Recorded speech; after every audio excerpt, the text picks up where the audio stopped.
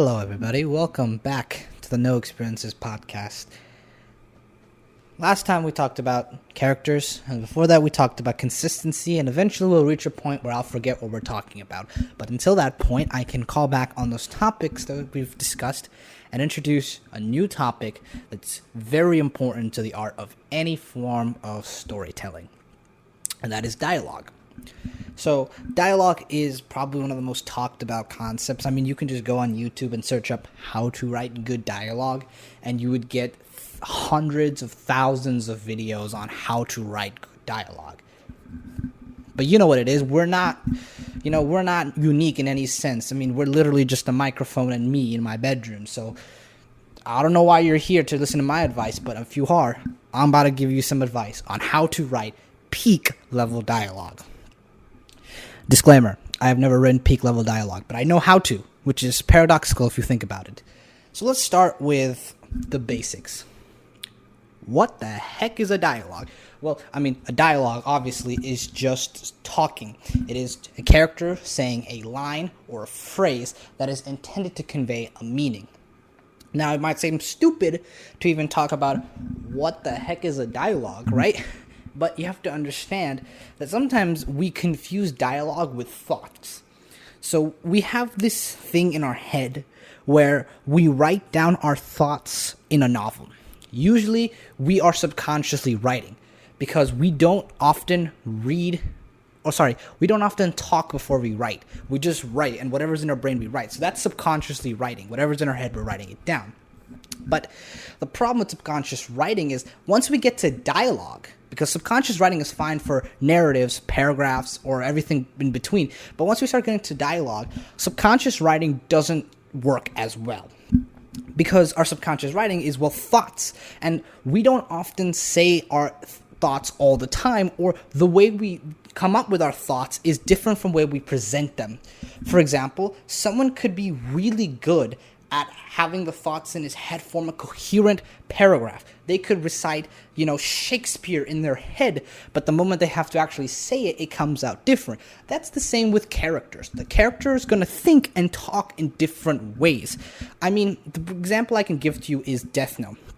Even though Death Note is primarily focused on monologues and internal dialogue, you can actually see a difference in the way that the characters talk in person to one another versus the way they talk in their dialogue. The way they talk in person is much more slow-paced, easy to understand for the other person.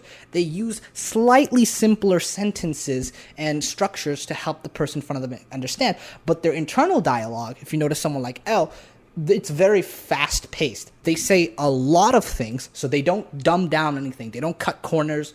They say a lot of things, and it's very long, broad, and cohesive. So there is a subtle difference between the way they talk versus the way they think. So this is why it's important to understand that dialogue is something someone is saying. It is not something that someone is thinking. It is something it's saying. So to understand how to create something that someone will say, let's talk about the first tip. Is this something you would say? Now, and I don't mean, is this something you would say to your friend? Or, I was like, no, of course I wouldn't say this. It's out of pocket. No, that's not what I mean. I mean as in, is this something a normal person or maybe an abnormal person would say in their lives? Does it sound natural when it comes out of your mouth? If it doesn't, chances are it's not good dialogue. Because most of the characters, let's face it, you're going to write dialogue for are humans. Unless you write fantasy, which that will be a different case, but most of the time you'll be dealing with human dialogue. And if you as a human can't say the dialogue, there's something wrong with it. For example, I wrote a character once, and his dialogue was very long and complex. And when I had a voice actor perform that dialogue, they struggled to perform it because they couldn't speak it properly. It was so unstructured, so lengthy that it was impossible to say it in one take. And that's when we maybe realized that, hey, maybe, that isn't good dialogue. If the person performing this physically cannot perform the dialogue, it is not good dialogue. This is a tip I mention all the time. You have to keep in mind that if you're writing a screenplay, directors, somebody's going to act it out. And if someone physically cannot act that thing out, it's probably not good. And same thing with novels. Even though it's a medium that people read, they don't, listen to a novel unless it's an audiobook, or they don't watch a novel unless it's a movie adaptation. There's still somebody who's going to be acting this out because there's still a character at the end of the day. So if it's physically impossible for a character to do something, it's probably not good. So always, always, always say your dialogue out. It doesn't matter if you write it, then say it out and delete it, or you say it before and then write it. Whatever works for you, just always say out your dialogue to think what works. Another great thing that comes out of this is, let's say you're writing two kind of paragraphs between a character's thoughts, but you can't find a way to link them together. Well, why don't you try talking that dialogue? And as you try talking that dialogue, you might instinctively link together two paragraphs. And hey, now you find your way to transition between this topic to this topic. Because like I said, our subconscious thoughts are much different from the way we present it. Our subconscious thoughts can think 4 different topics at one time, but we can't say 4 different topics at one time. We have to find a link between them, a transition. And when you speak it, you will naturally find that transition between the dialogue. So now the second tip, now we're going to get into more actual structure stuff on how, I guess you could say the coursework type stuff that's more commonly found in textbooks, not just me yapping about advice. The first thing about dialogue is keep it coherent. Yes, sometimes you'll have a character whose personality trait is to talk longer, is to yap, essentially like me, or to just say lengthier sentences or more profound sentences. Like if they come from a royal family, they might speak in a more posh and, somewhat unusual language for most common people. But most of the time, the whole point of dialogue is to convey a meaning. And usually simpler is better. Find a way to cut down the dialogue, but have the overall meaning of the passage be the same. I mean, I'm sure you've heard the example that a lot of people use of the dialogue. Hi, my name is Inigo Montoya. You killed my father. Prepare to die. That's perfect. It's short, concise, it's a little bit comical, and it's iconic, but it gets the job done. It shows exactly what the character wants at that moment. Shows a little bit of, the feelings, what's the word again? Is it pathos? I don't remember. I just graduated. I don't remember. That shows a little bit of the feelings of what the character's feeling, and it gets the message across while being super short. So next time, go through your story and find a big chunk of dialogue and look at every single sentence and say, does this sentence need to be there? Most of the time, you can just ask your question by deleting the sentence and rereading the dialogue. And if it still works, you don't need it. So that's a great way to find redundant dialogue. And sometimes we find sentences that are redundant. We see that things on the surface, they're like, oh, these are 2 different sentences. But when you see them when you actually pay attention to them and try to delve into their meanings, you realize they're the same thing. Or sometimes what happens is we give excessive information. For example, we start putting in information that takes away from the actual central point. So let's say you're talking about a story and the dialogue is about, one villain.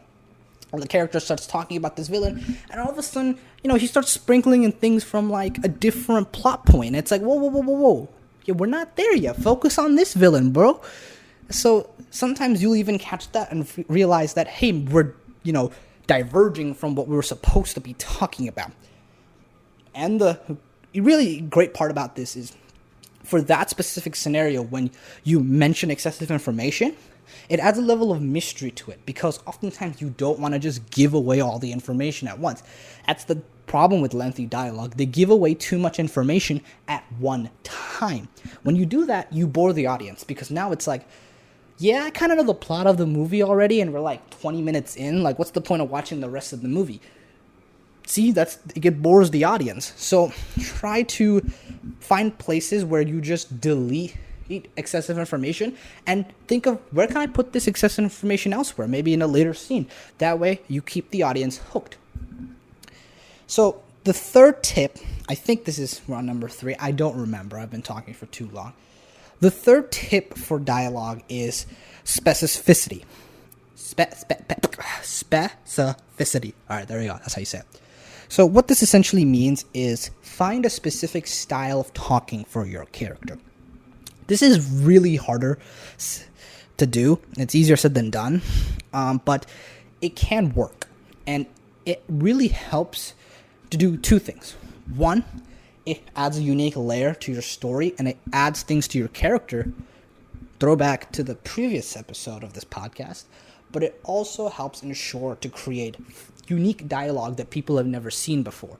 Or, to switch it up. You're not just hearing the same thing from every single character. It's like a breath of fresh air.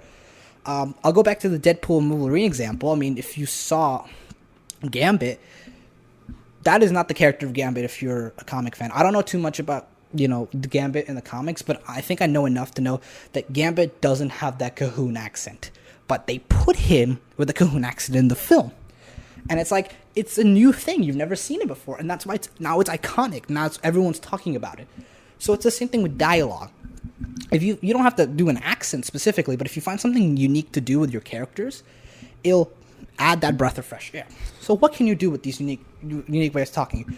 Well, you can find a specific phrase or a word they like saying. For example, whenever I write romance stories, I don't use the typical sweetheart, honey, honey bunches. I don't use those things because, not that I don't like them per se, but, I wouldn't know if I don't like them. I've never been called that. But it's more so that they're cliche and overused.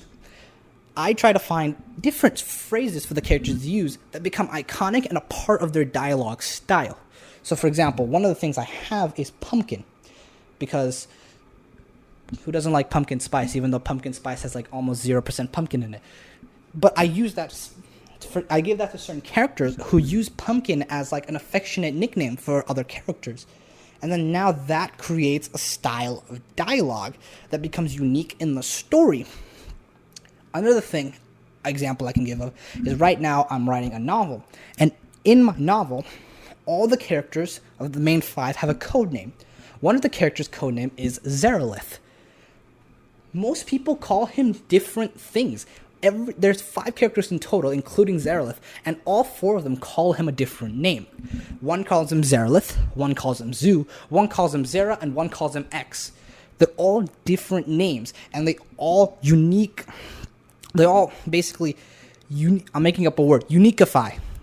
Because I couldn't think of the exact word. They uniquify a character. And now you have a dialogue style that you can mix and match with and play around. You create a dynamic. This is the 4th tip I want to mention. Dynamics. Dialogue isn't all about what one character says. It could be about what multiple characters say. I forgot what movie this is, because it's such a bad movie. But I saw this clip of... It was the movie where the guy walks into the store. He says, he buys a flower, he pays the dog, he pets the dog, and then these 2 guys are playing football. They're throwing a football back and forth, and they're just having the most bland dialogue possible. It's like, do you think she loves me? Yeah, man, I think she loves you. I don't know, man, I don't think she loves... Like, it's just very bland. Why is it bland? Is because they both first sound like the same person, and 2... Again, yeah, they sound like the same person. I didn't actually have a second point. I just wanted to say that. So now, if you know how to create dynamics between 2 characters, differentiate them a bit, you can create pairs of dialogues that become iconic. I mean, this is partly the reason a lot of Tarantino movies are really good at dialogue. There's a 4th reason I want to talk about, or a 5th reason, why Tarantino movies are so good at dialogue, but one of the reasons is their dynamic between the 2 characters. I forgot. It's from Pulp Fiction, yes. From Pulp Fiction, the scene where... I forget the names too, but they're talking about whether one of the characters wants to eat pork. And I would really recommend searching up the scene because I don't have it on the top of my memory, but search up the scene where they're talking about pork and whether they should... when the characters tell him to eat, this food which has pork in it. And there's like this really funny banter that happens between the 2. And this style of dialogue they have is similar, but it's differentiated. You can easily figure out why this character is different from the rest. And it creates this really fun, playful dynamic that honestly a lot of people can relate to because these are the type of conversations people have back and forth. So creating dynamic is very important in dialogue. Find a balance between having two similar characters duel it out, or have two completely different characters duel it out. You can have their differences be as big as their, one person is a yapper and one person is the witty side character who gives like short sentences and they're all like burns and roasts. Or you can do it as, one person is hot-headed, one person is super nice, whatever works for you. But if you find a dynamic that differentiates the two, it's really helpful. Now, to the point that I wanted to mention for the second reason that Tarantino's movies are really, really good at dialogue, and that is they're natural. It kind of ties back to the first advice or the second advice I gave where I said to talk out your dialogue, but the biggest example is look around you in real life. There's probably no greater story than real life. Yes, life sucks half the time, and yes, you may think your life is boring, but, there are moments in our lives and maybe somebody else's life that aren't so boring, and we can, find them and take inspiration from them. Whenever I'm trying to find dialogue inspiration, sometimes what I like to do is I look at an actor that I really like, and I try to mimic the way they talk from one of my characters. So, for example, one of the characters I have is a pirate. And obviously the inspiration I took was Johnny Depp from his role in Pirates of the Caribbean. I took Jack Sparrow, and I tried to mimic the way Jack Sparrow talked, because Jack Sparrow talks in a very unique way in the story than most pirates do. So I tried to mimic that, and that's how I created this new character. And this new character now sounds a bit more natural.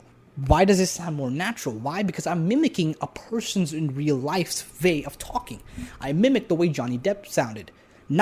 Even though it's in a fictional setting, it's in his fictional movie, it's still from a real person. That's why it's more natural. I even sometimes take, banter I have between my friends. For example, if me and my friends are, duking it out, and he says a really, I wouldn't admit it in front of him, but if he says a really clever roast, I'd be like, damn, yeah, I'm going to steal that for myself. And then I do. I put that in my story. And it sounds more natural because it's literally coming from real life.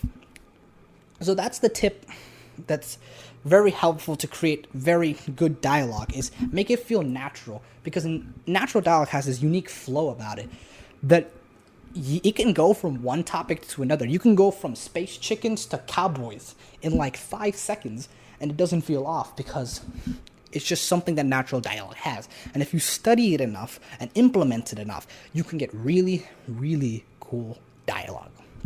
So, like I said, there are so many tips and tricks out there on the internet of people trying to tell you how to write good dialogue.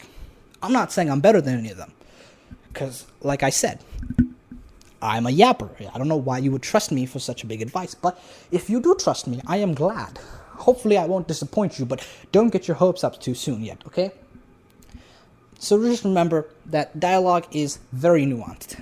It's also a subjective thing. Just like everything in writing, dialogue is subjective. Some people will be like, this dialogue is absolutely shit. Some people will be like, I love this dialogue. It's amazing. It's beautiful. The greatest thing I've ever seen. Ultimately, at the end of the day, you just have to practice, implement things, and see what works for you. And you'll get there. Trust me, you will get there. I hadn't found a writing style in a while. You look at some of my earlier works, you're literally going to die of cringe. I guarantee you. But now, I can confidently say that I have a style of writing that I have developed. Granted, it's still developing, but it is something that I can call my own style of writing. And you will find that too. So just trust yourself, try it out. Hopefully you'll take my advice. Hopefully you'll learn something from my advice, and hopefully you'll make something great out of my advice. This is Shivaya from No Expenses Podcast, and I'll see you next time.